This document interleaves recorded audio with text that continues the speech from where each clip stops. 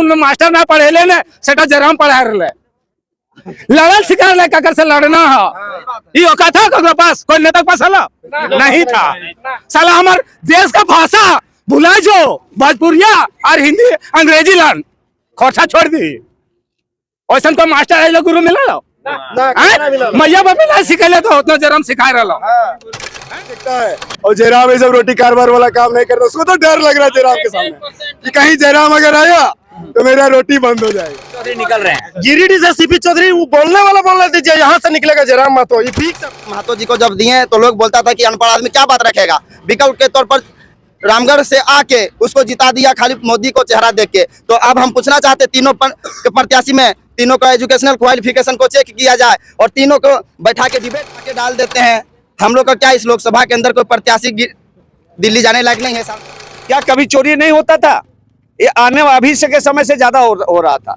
अब लालू हमारा जिस समय झारखंड में लालू बिहार में लालू का राज था, उस समय खुलेआम माने भ्रष्टाचार से लेकर के माने खुलेआम कत्लेआम हो रहा था। और कम से कम वो तो सुधार हो गया बिहार, आज उसी तरह झारखंड भी सुधार होगा। ये बात नहीं करते किसी प्रत्यक्ष हम कैंडिडेट की बात नहीं कर रहे हैं। हम कैंडिडेट झारखंड में हो रहा है। आपके हिसाब से झारखंड गिरिडीह की बात करें तो गिरिडीह लोकसभा में कैंडिडेट बेस्ट कौन होगा? हमारा पार्टी तो एकदम होगा जो सेंट्रल का बात है, जो सेंट्रल उसको सुनेगा। ये तो चंद्रप्रकाश चौधरी का ही बात सुनेगा लोग। 5 साल के कामों को कितना वोट करिएगा? ऊपर से कितना मार्क्स दीजिएगा 10 नंबर? 5 साल जो हुआ सो 5 साल के काम को देखते हुए चंद्रप्रकाश चौधरी जी का 10 मार्क में कितना नंबर दीजिएगा? उसको कम से कम 90% जरूरत देंगे। केंद्र का जो भी विकास काम 9 नंबर दे रहे हैं। सांसद का 6 विधानसभा क्षेत्र होता है, हमारा कुलगो में ही उसको दिखाई पड़े तो अभी हमारा एक तो उसका प्रतिनिधि है यहाँ। अभी हम फिलहाल ही सुने हैं कि ये रोड चंद्रप्रकाश चौधरी के चीज से बना है। 9 नंबर दे रहे हैं आप? 9 नंबर दे रहे हैं 10 आप कितना नंबर दिएगा सांसद जी को, उनके कामों को? देखिए सांसद जी को हम कितना नंबर देंगे, अब क्या बोले। अब यहाँ विकास का बात देखा जाए, अपने हम जब से हमको नॉलेज हुआ है, जब से हमको ज्ञान हुआ है, तब से इसके पहले हमारे पांडे जी थे, रविंदर पांडे जी, उससे बेस्ट कैंडिडेट काम हुआ है, उससे अच्छा हुआ है। लेकिन इस बार विकल्प के तौर पर देखा जाए हमारे 3 कैंडिडेट है, मथुरा महतो जी, जयराम महतो जी और एक चंद्रप्रकाश चौधरी जी। तो हम लोग का पहला लड़ाई है झारखंड में बाहरी भीतरी का। ठीक है, हम मोदी जी को हम धन्यवाद देते हैं कि आपका रहना जरूरी है और आपके साथ जो काम हो रहा है रफ्तार में हो रहा है, सब कुछ धन्यवाद देते हैं मोदी जी को। एक चीज गलत करते हैं कि झारखंड को जब टिकट का बंटवारा होता है सिर्फ बाहरियों को बेचा जाता है, इसका खुल्लम खुला विरोध करते हैं, पुरजोर विरोध करते हैं। हम मोदी जी से पूछना चाहते हैं आपके चैनल के माध्यम से, क्या इस गिरिडीह लोकसभा के अंदर कोई प्रत्याशी लोकसभा में दिल्ली जाने लायक है या नहीं? अगर है तो उनको टिकट क्यों नहीं दिया जाता है? पहला बात। यानी आपका कहना है कि स्थानीय वोटर या स्थानीय निवासी को ही लोकसभा का टिकट मिलना चाहिए? बिल्कुल मिलना चाहिए था। रामगढ़ से लाके डाल देते हैं। हम लोग का क्या इस लोकसभा के अंदर कोई प्रत्याशी दिल्ली जाने लायक नहीं है, सांसद बनने लायक नहीं है? पर इस बार तो आप देखेंगे तो आप बात करेंगे धनबाद की बात करेंगे, चाहे वो हजारीबाग की बात करेंगे, चाहे वो चतरा की बात करेंगे, तो लगातार जो वहाँ के प्रत्याशी थे, बाहरी प्रत्याशी को लगातार टिकट मिल रहा था, वो कहीं ना कहीं इस बार बदला है। चलिए उसके लिए धन्यवाद देते हैं कि हम देखें कि ढुलू महतो जी को दिए हैं धनबाद से और बहुत सारा कांग्रेस भी जेपी पटेल जी को दिए हैं। तो इस आंदोलन रंग लाया है। ये आंदोलन 2 साल का जो हम लोग का जयराम महतो जी आंदोलन का रंग लाया है। पहला लड़ाई हम स्टूडेंट के नजरिए से देखा जाए, विकास रोड में चलने से कुछ नहीं होगा। विकास हम नौकरी लगेगा तो हम रोड बनवा लेंगे, घर बनवा लेंगे, नाली पुल पिलवा सब बनवा लेंगे जब नौकरी लगेगा तो। पर कोई भी पार्टी नियोजन शिक्षा का बात ही नहीं करते, ये चीज आप ध्यान रखिए। हम इस चीज को देख रहे हैं, इसीलिए विकल्प के तौर पर टाइगर जयराम जी को हम इस बार चुने हैं। हम अभी तक 2 लोकसभा का वोट कर चुके हैं, दोनों बार हम जेएमएम को दिए थे, लेकिन हम इस बार टाइगर जयराम महतो जी को देंगे। काहे कि अब गिरिडीह में बात उठाने के लिए दिल्ली में बात उठाने के लिए पढ़े लिखे इंसान का जरूरत है, जो बढ़िया से वहां पर बात को रखा जाएगा।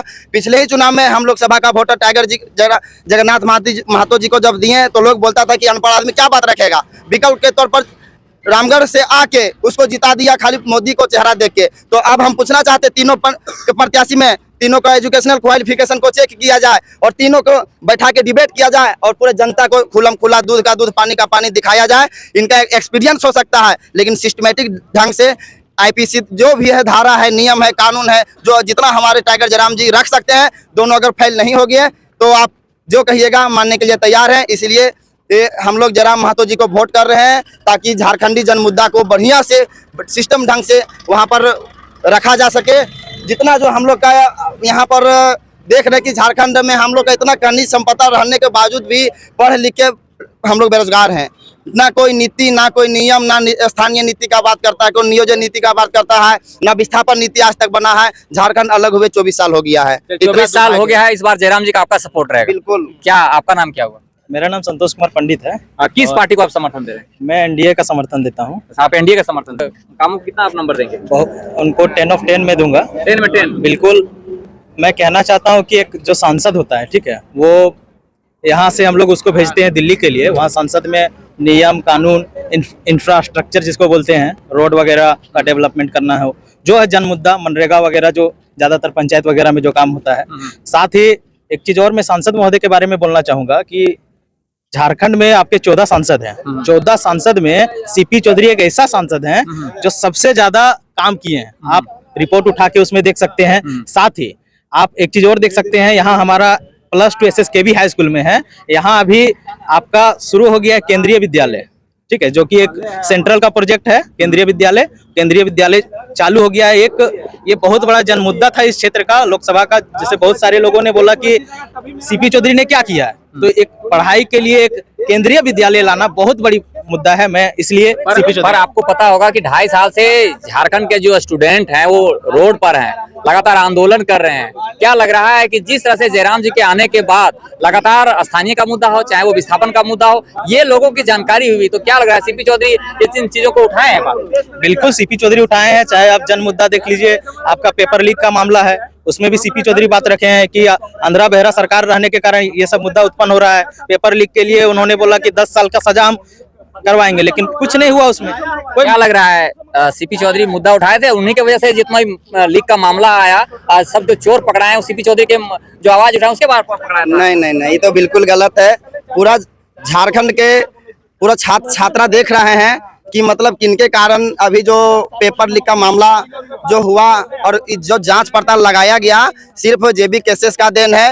वो जो आंदोलन हुआ, जीएसएससी ऑफिस में तोड़फोड़ हुआ, बहुत छात्राओं और जेबी केसेस के केस हुआ है। जेबी केसेस के समर्थक, जेबी केसेस के कार्यकर्ता को टारगेट किया गया है। उसके बाद सुदेश महतो जी विधानसभा में बात रखें, उसके पहले तो आंदोलन हो चुका है। अगर सुदेश महतो जी बात उठाए, चलिए धन्यवाद देते हैं, कम से कम उठाएं।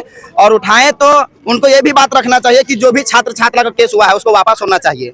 काहे कि पेपर लीक का मामला, पेपर लीक हुआ, पेपर लीक नहीं होता तो हम छात्र आंदोलन, उस एग्जाम को हम भी दिए थे, एग्जाम देके घर पहुंचे नहीं, पेपर लीक का मैसेज मोबाइल में आने लगा, तो बहुत खराब महसूस हुआ, बहुत खराब लग रहा था कि हर दुर्भाग्य झारखंड का ऐसा स्थिति कि आज एग्जाम में हर 24 घंटा पहले पेपर व्हाट्सएप में चलने लगता है। तो क्या लग रहा है जिस तरह से ये लगातार जो चीजें चल रही है, अभी तक 23 साल 24 साल हो जाने के बाद भी आज हम लोग का पहचान नहीं मिला, तो एनडीए की सरकार जब थी उस समय भी तो नहीं हो पाया और अभी तक नहीं हो पाया, किन कारणों को आप मानते हैं?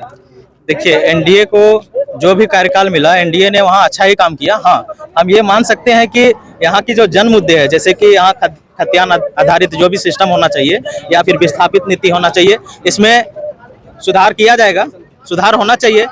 और हम जयराम महतो का विरोध नहीं कर रहे हैं, अच्छा बात है, नौजवान एक उभर के आ रहा है, अच्छा बात है, चुनाव प्रचार करे, बढ़े, आगे बढ़े। लेकिन सीपी चौधरी को आप बहरिया बोल दीजिएगा, ये बिल्कुल गलत बात है।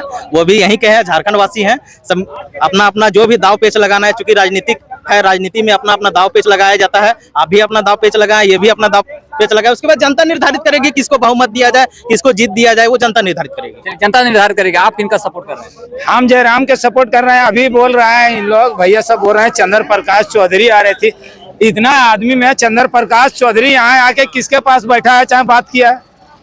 हम ये पूछ रहे हैं किसके पास, अगर इतना आदमी में हाथ उठा के बता दो चंद्र प्रकाश चौधरी को कौन जानता है? कोई देखा है? नहीं। फिर कौन सा नेता है जो हम लोग के बीच में आके बैठा है? हम ये पूछे हैं। हाँ, जयराम महतो जब बोलो आधा रात को 2 बजे रात को, जयराम महतो नेता नहीं है, नजुवक है, लेकिन वो मेरा दिल में बैठ गया है। 13 करोड़ का मुआवजा भी दिला दिया है वार्ड सदस्य ने। वो तो करबे करेगा, अभी तो कुछ नहीं किया है। वो तो छोड़ो, वो तो अभी शुरुआत है, रील है, अभी पिक्चर अभी बाकी है। पिक्चर अभी बाकी है। हाँ, ये तो रील है, खाली मतलब ट्रेलर है, अभी चालू हो रहा है, समझा गया? अभी आएगा वो और दहलेगा, तब देखो कहाँ जाके दहलेगा।